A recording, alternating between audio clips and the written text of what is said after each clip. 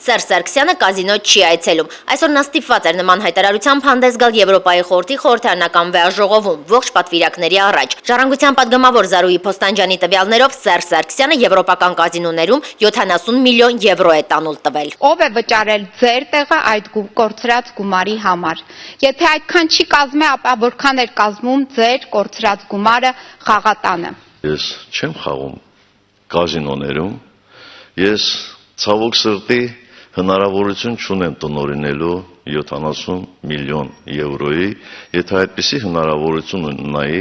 մի մասը ձեզ կնվիրեի, որպեսզի կյանքից գոհ լինեիք, եւ այդքան չարություն ձեր մեջ չկուտակվեր։ Իսկ մինչ այդ Եվրոպայի խորհրդի ամբիոնից Սերժ Սարգսյանը հայտարարել էր, թե Հայաստանը մասնակցելու է Վիլնյուսի գագաթնաժողովին եւ պատրաստ է ստորագրել ասոցիացման համաձայնագիրը։ Եվ քանի որ եվրոպացի մեր գործընկերներն ասում են, որ ազատ առևտրի պայմանագրի դրույթները հակասում են Մաքսային միության դրույթներին, ապա մենք ակնկալում ենք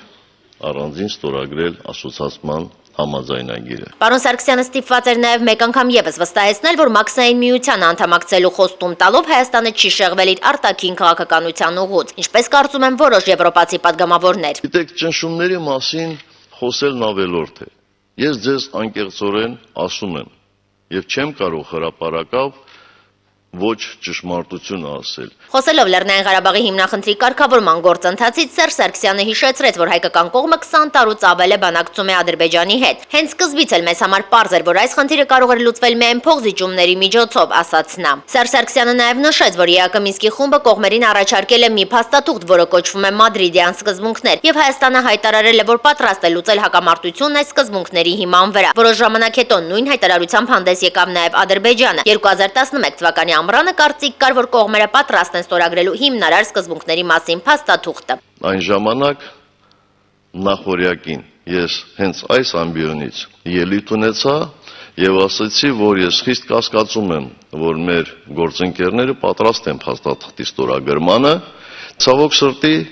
ես իրավացի դուրս եկա։ Կազանում փաստաթուղթ ստորագրելու փոխարեն Ադրբեջանը նոր 10 առաջարկներ ներկայացրեց։ Սա նշանակում է, որ ադրբեջանցիները Մինսկի խմբի համանախագահների առաջարկած 3 սկզբունքներից 2-ը չեն ընդունում։ Չեն ընդունում ուժի եւ դրա սպառնալիքի չկիրառման մասին սկզբունքը եւ ժողովուրդների ինքնորոշման սկզբունքը։ Մենք մնացել ենք մեր կարծիքին։